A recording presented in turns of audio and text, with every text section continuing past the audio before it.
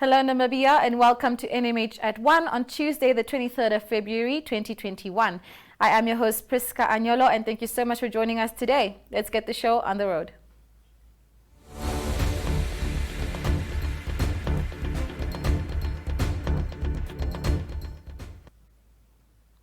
So do stay tuned for footage from Keetmanshoop, where one of the southern towns where the Electoral Commission of Namibia will have rerun elections on Friday.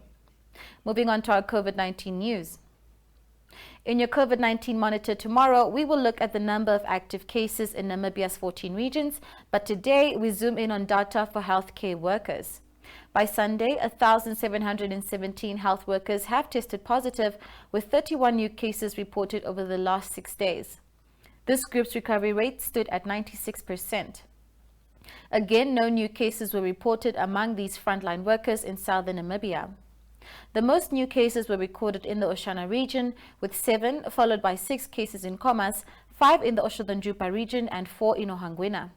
Irongo and Kavango East each reported 3 cases, Zambezi 2, and Kunene 1.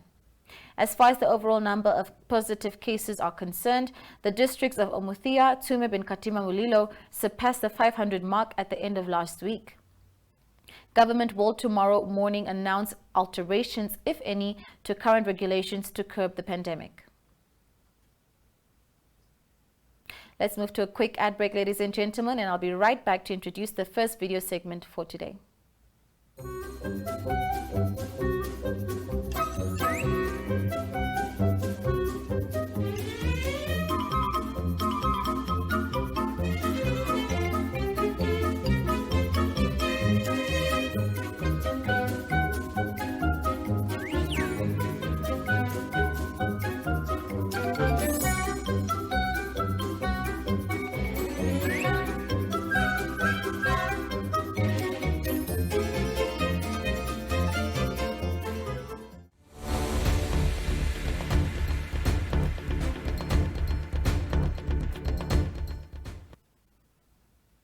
And now for our first video segment for today.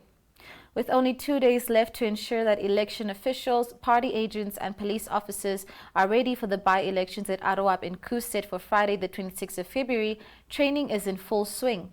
Elizabeth Joseph was at the West Dean Stadium in Keetmanshoop where she captured this clip. Thinking he can get away and come to your point and still try to vote. But he won't be able to because you can't see anything on this hand with a blind eye. Yeah. But the minute it goes under the ultraviolet light,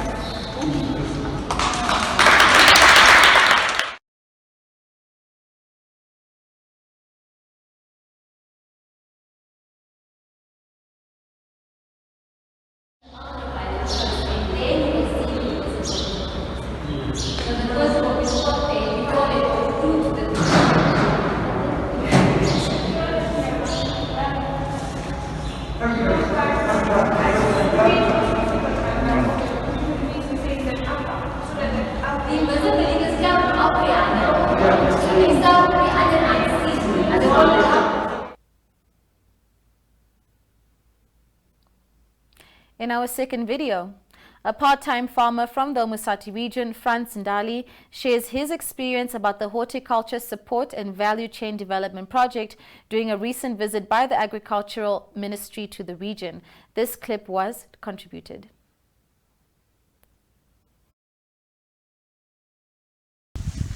How do you think the program should be improved, if there is any room for improvement?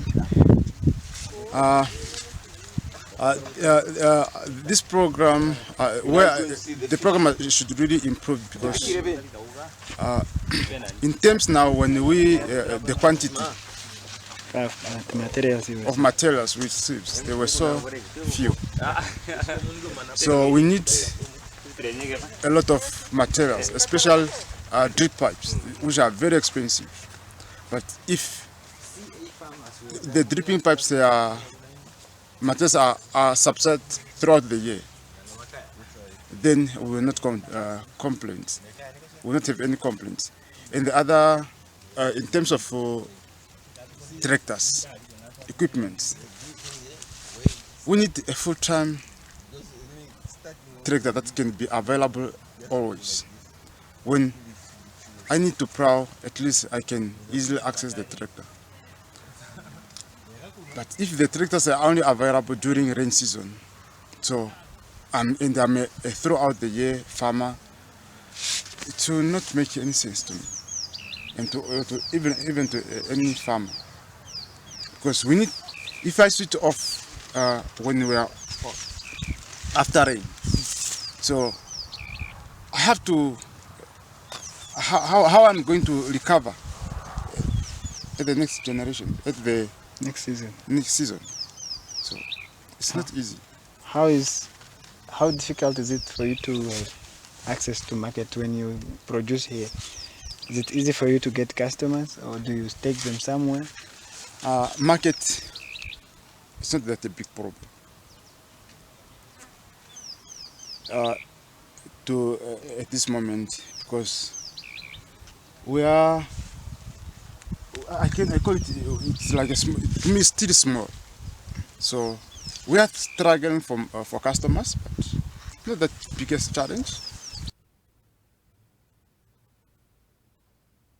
Mr. Petrus Ndepavali, a teacher at Noordgren Secondary School in Rundu, talks to NMH at 1 about the impact of COVID-19 has had on education. Kenya Kambowe submitted this clip.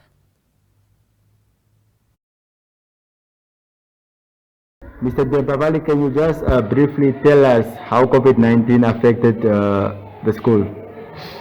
Yeah, first and foremost, it's actually quite a precedented pandemic. We all experience quite havoc within the school environment. First of all, it's all about our life. We were all fearing about our life, that if it's gonna strike our school in one way or the other, we are going definitely to be affected. And without any exception, we also experienced all the negative impacts or aspects that actually the coronavirus has actually brought before us. One thing that we should not leave unattended to is the issue of the educational programs, most especially when it with regards to time management or maximizing time on task. We experienced quite a challenge on maximizing time on task because in most cases we had to break off because the disease was quite unbearable for us. Having said so, I would actually say that the pandemic actually affected us so badly that even the performance of some of the subjects could not yield a better result as expected.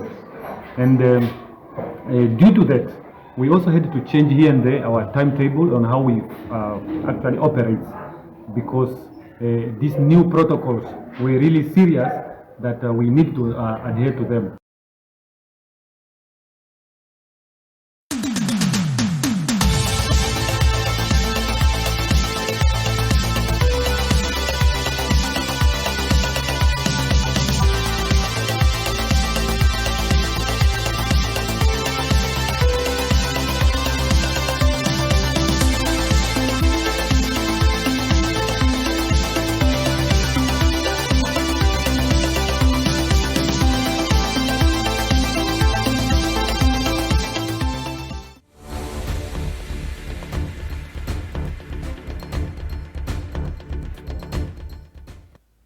And now we look at what is leading the print news in Namibia today. The Namibian Sun's lead story for the day centers around former Cabinet Minister Saki Shangala's controversial application to the Attorney General to foot the legal bill of his defense during the fish rod corruption case. Some of the country's former attorneys general gave the newspaper differing views on whether they consider Shangala's application worth considering. Republican leads with Professor Gerhard Tottemeyer, a former deputy minister, and others expressing criticism over the president of the Association of Local Authorities in Namibia's proposal for a 50% increase in pay for municipal council members countrywide. Allgemeine Zeitung reports on the San activist known as Q7, who is planning a 100 kilometers march through Namibia in protest against Recon Africa's oil exploration project in the Kavango regions. The Namibian puts the spotlight on the recommendation by the City of Windhoek's internal auditors that 5 senior officials attend a disciplinary hearing over payments linked to a controversial deal involving Chinese telecommunications giant Huawei. New Era is one of the newspapers reporting on the financial matters of the National Fishing Corporation, Fishcorp, which has recently been struggling to pay salaries to its staff while attempting to turn around its tarnished reputation.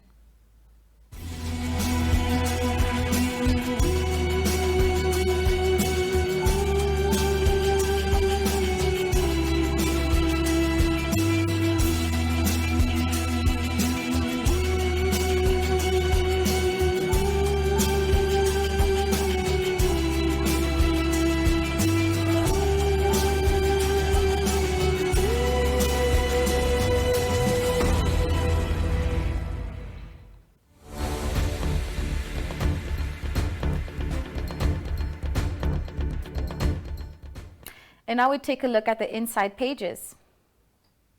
MarketWatch provides statistics showing that the country's production of diamonds and zinc showed a significant drop over the last 6 months of 2020 compared to the same half year in 2019. The production of gold and uranium, however, both show an upward curve. The 3 newspapers of Namibia Media Holdings also contain a free 16-page supplement focused on Namibia's fishing and marine industries, including a number of interesting and significant role players. In the Namibian Sun, a puzzling incident from the police's crime report. In Oshakati, a 37-year-old man allegedly took his own life shortly after acting as the master of ceremony at his nephew's baptism. Republican has the story of the launch of the Namibian Drone Academy, which has been 4 years in the making. The use of drones has almost unlimited possibilities, with the police as well as anti-poaching units among those expressing interest in getting involved in the one-day courses presented by the academy. Meanwhile, Allgemeine Zeitung reports about parliamentary discussions concerning gender-based violence following some recent incidents of rape at Ongwediva. The Namibian features a few case studies of concerned residents claiming that medical conditions other than COVID-19 are being neglected since the outbreak of the pandemic. These charges are, however, refuted by the Minister of Health. New Era reports that the Ministry of Education has announced its suspension of filling of non-teaching vacancies until the end of the next financial year due to serious financial constraints.